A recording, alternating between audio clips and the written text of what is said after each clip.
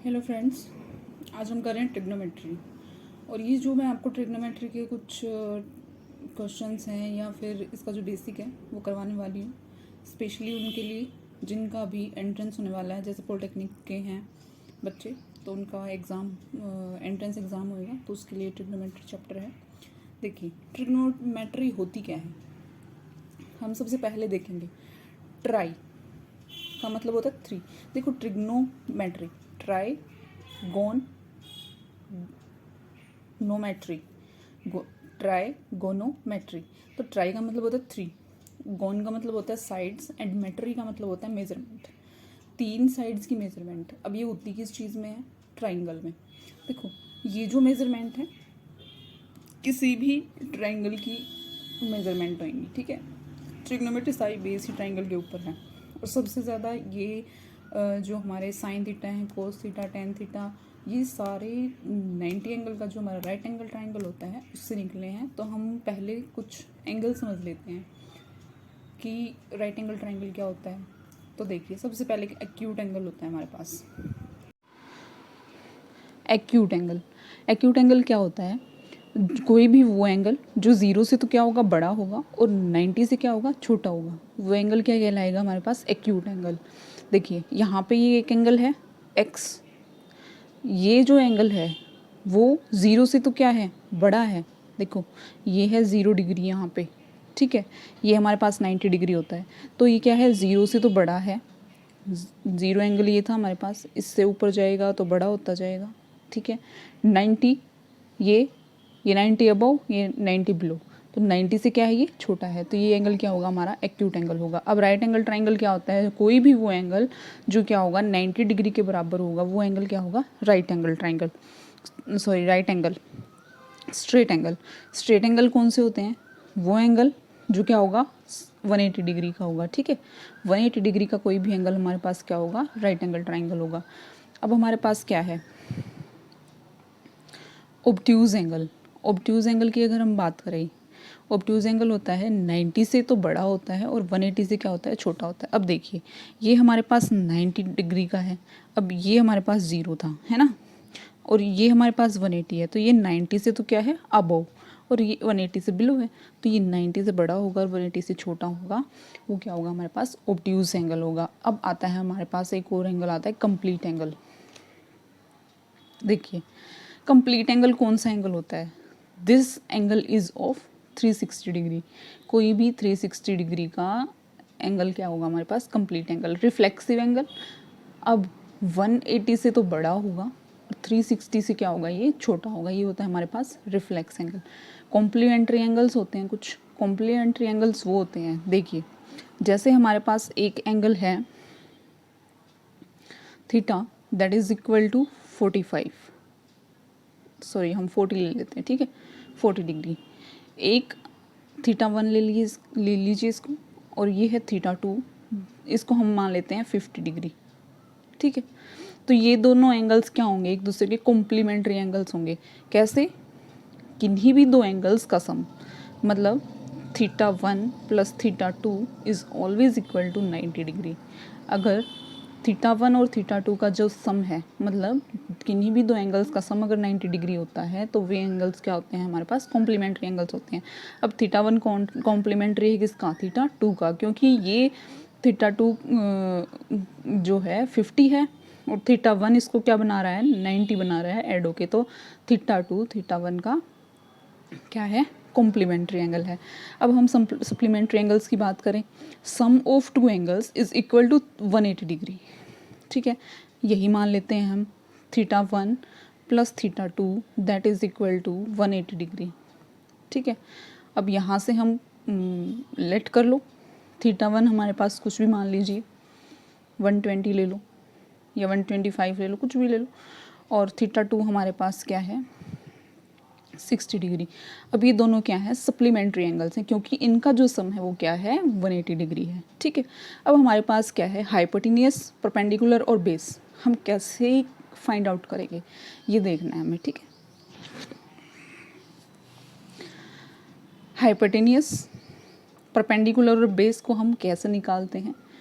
क्योंकि ये नहीं निकालेंगे तो हमारे पास ट्रिग्नोमेट्री होगी कैसे। तो सबसे पहले हमें पता करना है कि हाइपोटेनियस कैसे निकलेगा, परपेंडिकुलर कैसे निकलेगा, बेस कैसे निकलेगा। देखो सारा का सारा जो हाइपोटेनियस, परपेंडिकुलर और बेस क्या होगा, साइन निकालेंगे तो यूज़ होंगे, कोस निकालेंगे तो यूज़ होंगे, टेन निकालेंगे तो यूज़ होंगे। सारे जितनी भी ये 6 की 6 हैं, साइन, कोस, टेन, कोट, सिकेंट और कोसिकेंट, इन सब में क्या होगा, परपेंडिकुलर, बेस और हाइपोटेनियस यूज़ होगा। तो हम सबसे पहले क्या करेंगे, देखेंगे कि राइट एंगल ट्राइंगल में हम कैसे हाइपोटेनियस निकालते हैं, कैसे बेस निकालते हैं, कैसे परपेंडिकुलर निकालते हैं। ठीक है, देखिए एक हमारे पास राइट एंगल ट्राइंगल है 90 डिग्री, इसके जो बिल्कुल सामने वाली जो हमारे पास साइड होगी वो हाइपोटेनियस होगी। किसी भी राइट एंगल ट्राइंगल के सामने वाली, राइट एंगल ट्राइंगल में 90 डिग्री के एंगल के सामने वाली जो साइड होगी वो हाइपोटेनियस होगी।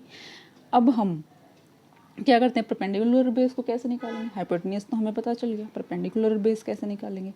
अब हम अकॉर्डिंग टू कंडीशन बेस और परपेंडिकुलर को क्या करेंगे, अरेंज करते रहेंगे। हम इसको भी परपेंडिकुलर कह सकते हैं, इसको भी बेस कह सकते हैं, लेकिन ये डिपेंड किस पे करेगा, इन दोनों एंगल्स पे। ठीक है, आगे हम सीखेंगे इनको। मान लीजिए हमें निकालना है साइन, इसको हमने थीटा मान लिया। ठीक है, हमें साइन थीटा की वैल्यू निकालनी है। ठीक है, साइन थीटा की।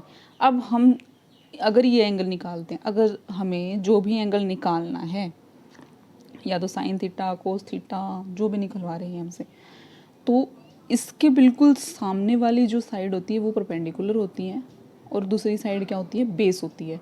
अगर हमसे कहा जाए कि ये एंगल निकालना है तो इस एंगल को निकालने के लिए इसके बिल्कुल सामने वाली जो साइड होगी वो क्या होगी, परपेंडिकुलर, और दूसरी साइड बचेगी वो बेस। ठीक है, अब देखिए, अब ये चीज़ें हमें समझ में आएगी, हाइपोटेनियस, परपेंडिकुलर, बेस क्या होते हैं। ठीक है, नेक्स्ट करते हैं हम। देखिए हमने एक 90 डिग्री मतलब एक राइट एंगल ट्राइंगल ले लिया हम लोगों ने। ठीक है, इस राइट एंगल ट्राइंगल में परपेंडिकुलर, बेस और हाइपोटेनियस हमें पता है। ठीक है, अब हम इस चीज़ को देखते हैं। देखो मैंने ये कहा था कि इसको लेंगे तो इसको परपेंडिकुलर मानेंगे, सॉरी ये एंगल अगर हमें निकालने के लिए बोलेंगे, मान लीजिए हमें साइन थीटा निकालने के लिए कहा है, साइन यही है, ये हमारे पास। अब हम निकालेंगे साइन थीटा कैसे निकालते हैं, cos theta, tan theta, cot, secant और कोसिकेंट। ठीक है, ये 6 के 6 एंगल्स कैसे निकलेंगे ये हम देखेंगे, उसकी शॉर्ट ट्रिक भी हम देखेंगे क्या होती है।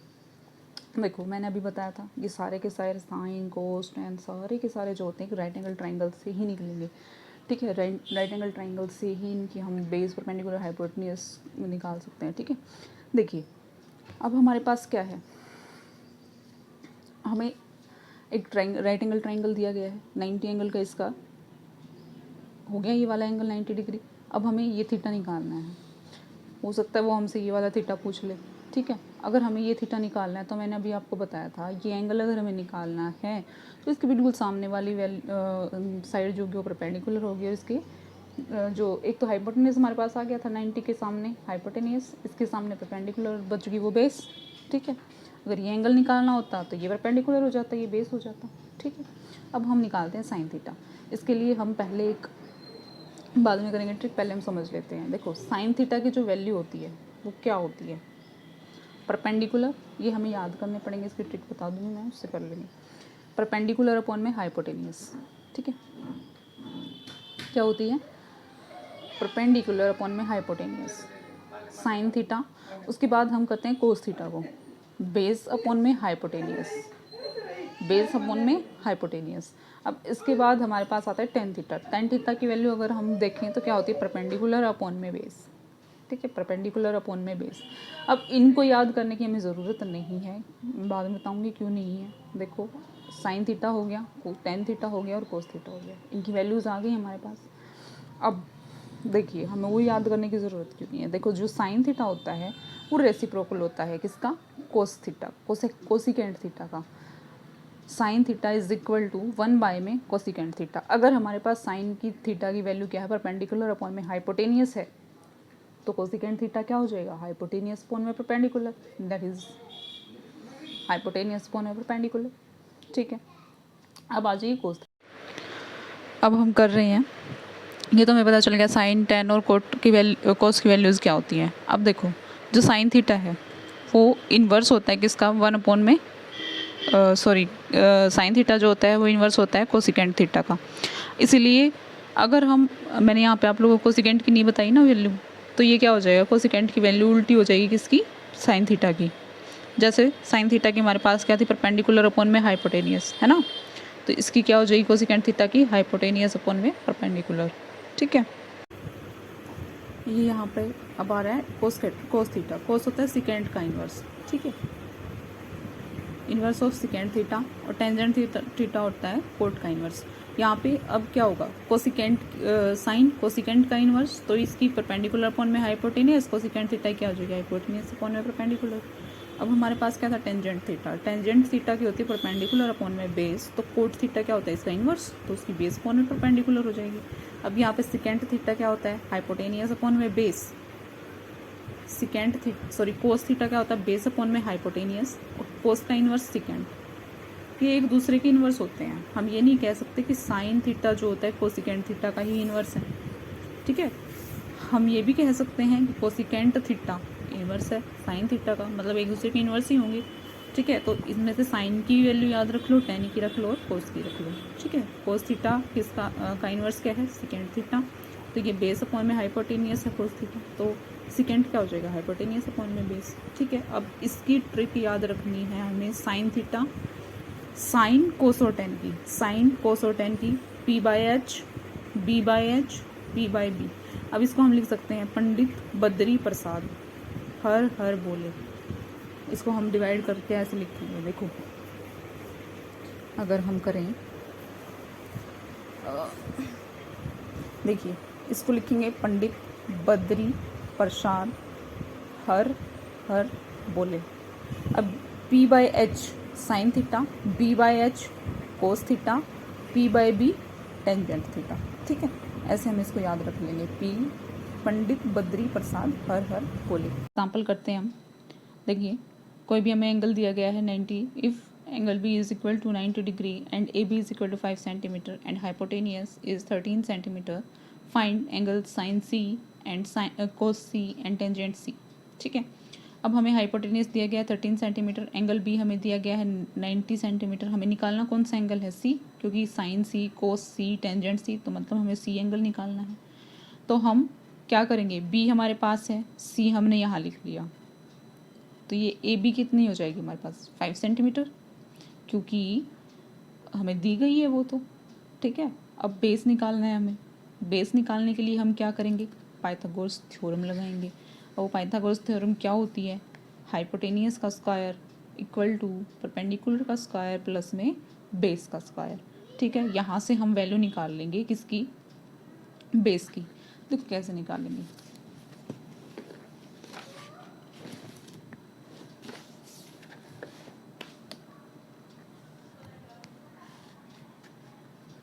देखिए कैसे निकालेंगे। पाइथागोरस थ्योरम क्या कहती है, हाइपोटेनियस का square is equal to perpendicular square और बेस का प्लस में बेस का स्क्वायर। अब हम बेस का स्क्वायर इधर करेंगे तो यहाँ पे क्या हो जाएगा, परपेंडिकुलर का स्क्वायर नेगेटिव हो जाएगा और हाइपोटेनियस का प्लस में हाइपोटेनियस स्क्वायर, तो ये आ जाएंगे। यहाँ से हमारे पास बेस की वैल्यू कितनी आ जाएगी, 12। अब हमने देखा था साइन थीटा क्या होता है, परपेंडिकुलर अपॉन में हाइपोटेनियस। साइन थीटा हमारे पास होता है परपेंडिकुलर अपॉन में हाइपोटेनियस। अब परपेंडिकुलर की जो वैल्यू थी वो हमारे पास क्या थी, देखिए यहाँ पे परपेंडिकुलर की वैल्यू हमें दी गई थी, दैट इज 5 सेंटीमीटर।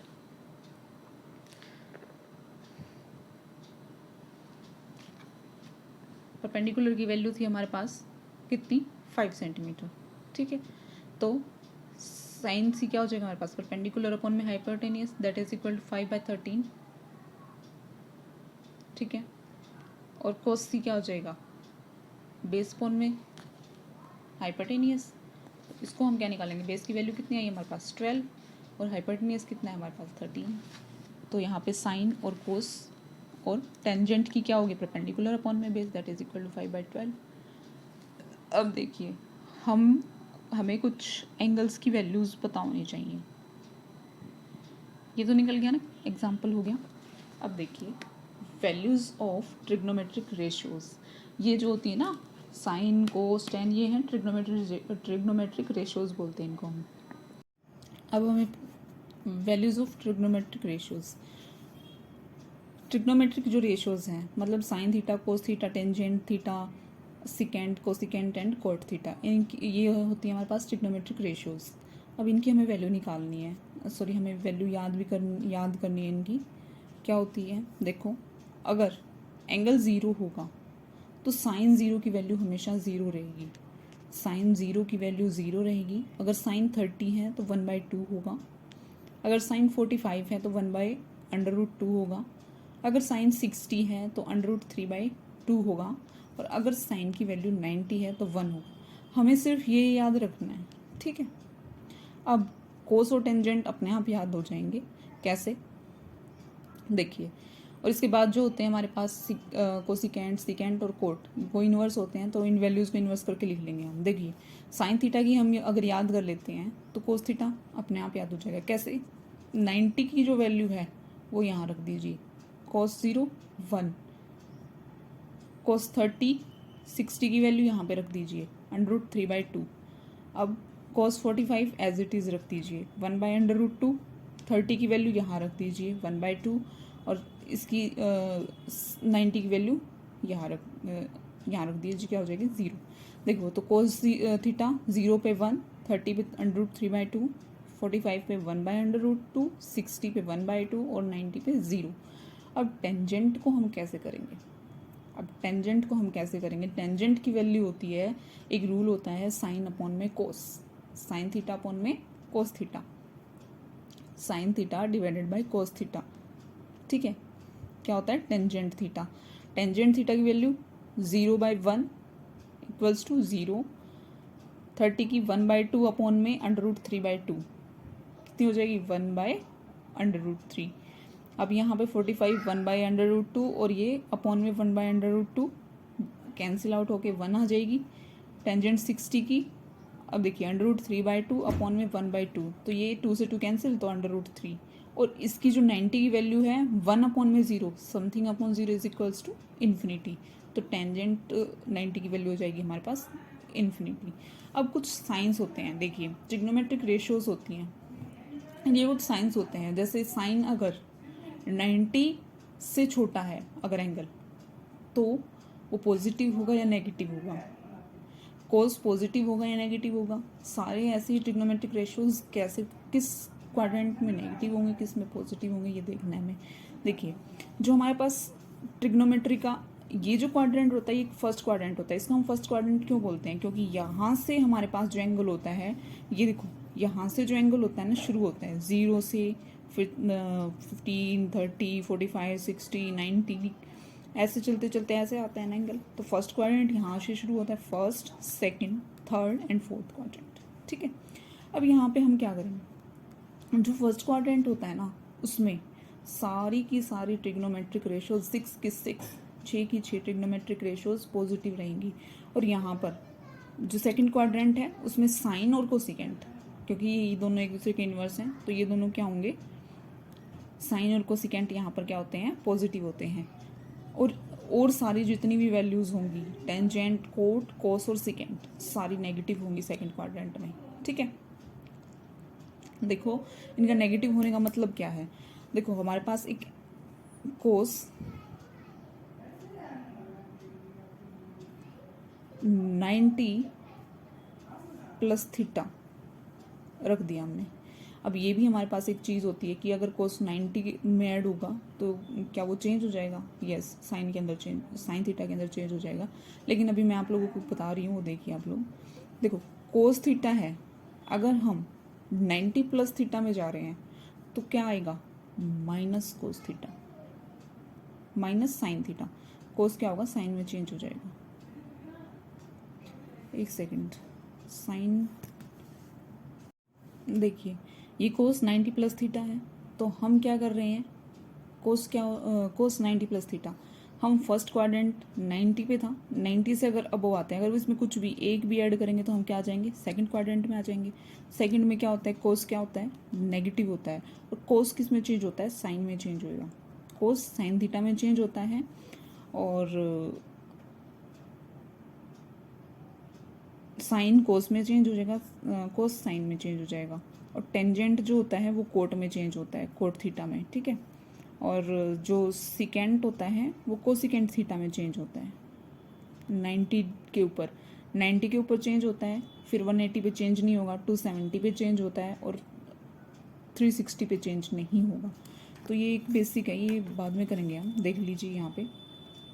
तो यहाँ पे क्या होगा, कोस थीटा माइनस का साइन थीटा आ जाएगा। कोस क्या हुआ, साइन में चेंज हो गया, और सेकंड क्वाड्रेंट में कोस की वैल्यू क्या होती है, नेगेटिव होती है, तो यहाँ पे हमने माइनस साइन थीटा रख दिया, ठीक है। ये कर लेंगे हम। अब देखिए फर्स्ट क्वाड्रेंट, सेकंड क्वाड्रेंट, अब थर्ड क्वाड्रेंट। थर्ड क्वाड्रेंट में हमारे पास क्या होता है, टेंजेंट और कोट, ये दोनों पॉजिटिव होते हैं, और सारी जितनी भी वैल्यूज़ हैं, 4 जो वैल्यूज़ बच गई, साइन, कोस सिकेंट और कोसिकेंट, ठीक है, ये सारी नेगेटिव होंगी। ऐसे ही फोर्थ क्वाड्रेंट में क्या होगा, हमारे पास कोस और सिकेंट पॉजिटिव होंगे और सारी वैल्यूज़ नेगेटिव होंगी, ठीक है। आज बस इतना ही, फिर नेक्स्ट पार्ट करेंगे हम।